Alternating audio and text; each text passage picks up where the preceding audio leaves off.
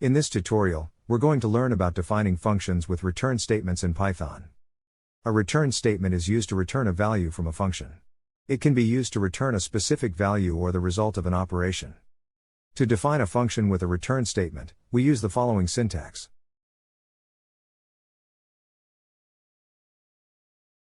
Here, we've defined a function called add_numbers that takes two parameters, num1 and num2. Inside the function, we've added the two numbers and stored the result in a variable called sum. The return keyword is used to return the value of the sum variable when the function is called.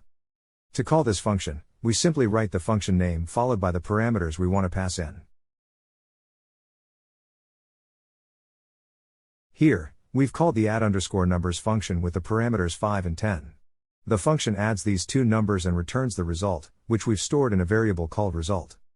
We then print out the value of the result variable, which is 15. Functions with return statements are useful when we want to perform a specific operation and return the result to be used elsewhere in our code. Now, let's try another example.